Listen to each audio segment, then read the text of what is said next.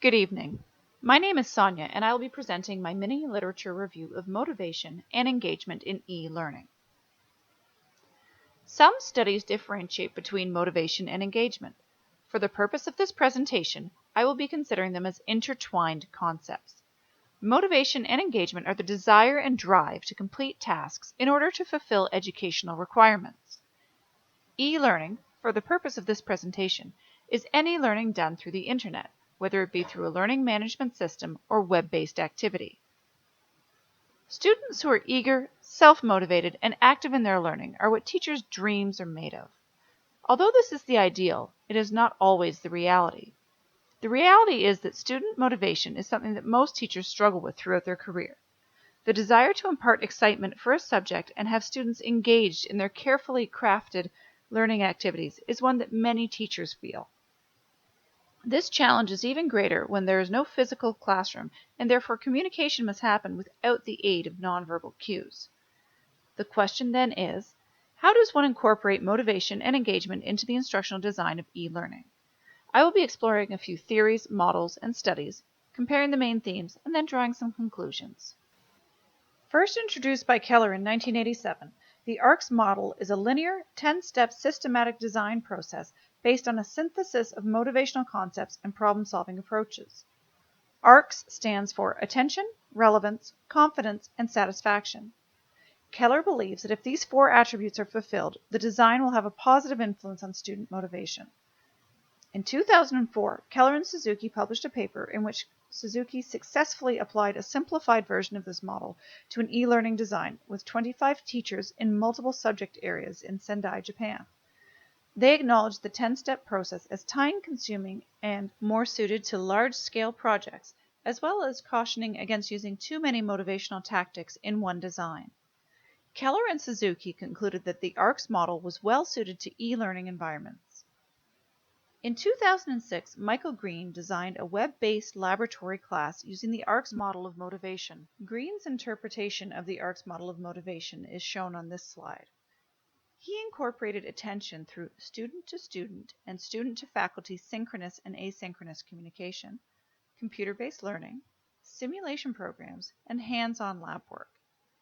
He believes that the 24/7 availability of the web-based lab program allowed students to use it when they were most attentive and motivated to learn, regardless of what time of day it was. He maintained relevance by taking textbook and classroom learning and translating those into real-world experiential learning activities. Green boosted confidence by allowing students control over their environment and providing frequent feedback. He felt that students gained confidence by building on the knowledge that they acquired through the simulations in the web-based laboratory. Finally, Green supposed that students met the criteria of satisfaction through the acquisition of new skills and the ability to apply those skills to challenging problems within the e-learning environment. Green touts the ARCS model of motivation as flexible and adaptable enough to meet the needs of e-learning environments. Flow theory was originally introduced by Csikszentmihalyi in 1975 and then more fully explored in his 1990 paper. He describes flow as the state in which challenge and skill levels are high, resulting in a total mental immersion into the task at hand. The human mind ceases to acknowledge external stimuli, and motivation is at an all-time high. Students who experience flow or are in the zone tend to lose track of space and time. I will be discussing two separate studies that explore flow theory.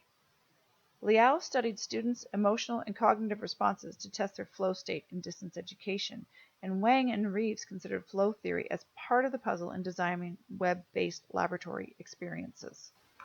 For the purpose of her study, Liao defined skill as students' judgment of their ability to use a computer, challenge as the level of challenge perceived by a student when using an LMS, control as the level of control over the LMS, and interactivity as the human-computer interaction. Liao stipulates that skill and challenge are the most important factors in flow theory. In e-learning situations, where students are required to control and interact with learning management systems, control and interactivity must be considered. When appropriate levels of perceived skill, challenge, control, and interactivity intersect, flow is attained. The consequences of students attaining flow is a continued intent to use the LMS, further exploration of the features and activities within the LMS, and a sense of time distortion. Wang and Reeves explored the 4 intrinsic motivational factors as previously established by Malone and Lepper in 1987: challenge, curiosity, control, and fantasy. They did so by integrating these 4 aspects into the design of a web-based laboratory environment. First, let's explore challenge. Wang and Reeves acknowledge that skill and challenge levels must be matched in order for a student to experience flow. In their instructional design, this translates to matching the learning goals to the student's abilities and gradually increasing task difficulty as their skill level increases. Doing so facilitates flow. Curiosity stimulates the student's desire to explore the e-learning environment. In this study, it was peaked through animations, sound effects, and simulations integrated into the e-learning. The activities themselves needed to have uncertain or unpredictable results, thus maintaining the motivation to explore further. A sense of control is also necessary for intrinsic motivation. This allows students to have a sense of responsibility for their learning. This can be achieved through the control of their e-learning environment through interactive items such as entering in their screen names, movie buttons for pausing, reviewing, skipping forward, hyperlinked words, or having the ability to combine variables. Finally, the aspect of fantasy. To fulfill this requirement, designers must provide students with situations that are difficult or impossible to experience in the real world.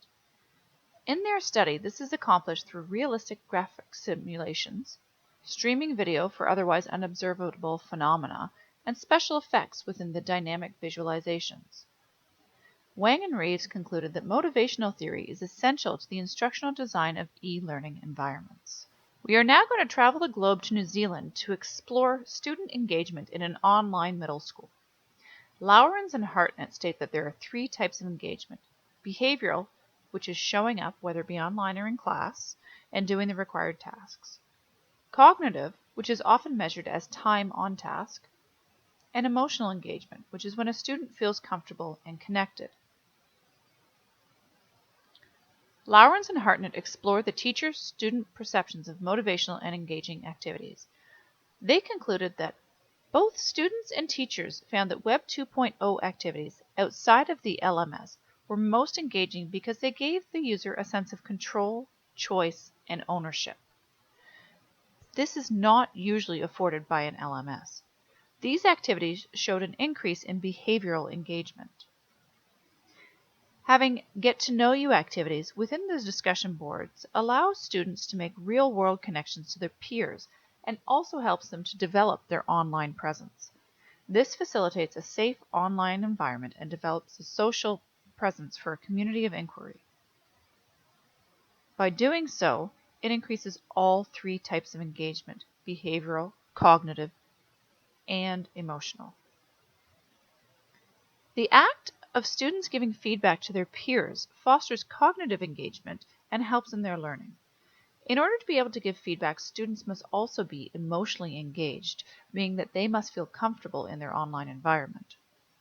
And finally, relevant or interesting topics foster all 3 types of engagement. In 2009, Murphy and Rodriguez-Manzanares conducted a survey of teacher perspectives on motivation in Canadian high school distance education. They identified 3 main categories and 16 subcategories of motivation: communication, interaction, and social presence. In an e-learning environment, teachers must contend with the fact that they are just a name on a screen. In order to break down the physical distance barrier, teachers need to use a sense of humor, take part in self-disclosure, and express emotion in order to display their humanity to the students. Teachers need to be very careful in their wording and how their tone comes across in text-based interactions. As per Liao, learner-instructor interactions trump learner-learner interactions and therefore must be consciously promoted within the instructional design. Intrinsic and extrinsic motivators. The survey showed that there is a shift from student self-regulation and motivation to that of teachers having the responsibility to control behaviors within e-learning environments. This includes providing motivational factors. Learner-centered designs. This is really where instructional design comes into play.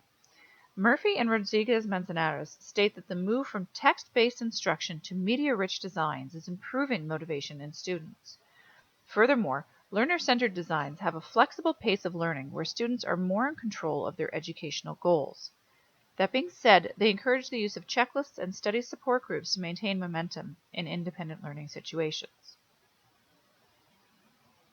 Throughout this literature review, several themes have surfaced. Different authors have used different names, but the underlying sense is the same. These themes are interactions, control, challenge and skill, interest, feedback, and relevance. If you look at the table on the current slide, you can see which theories or models are more encompassing than others. In conclusion, Keller's ARCS motivational model fulfills all the necessary criteria set forth by all of the authors included in this literature review. The ARCS model, in conjunction with flow theory, provides an excellent basis for instructional design of e-learning based courses.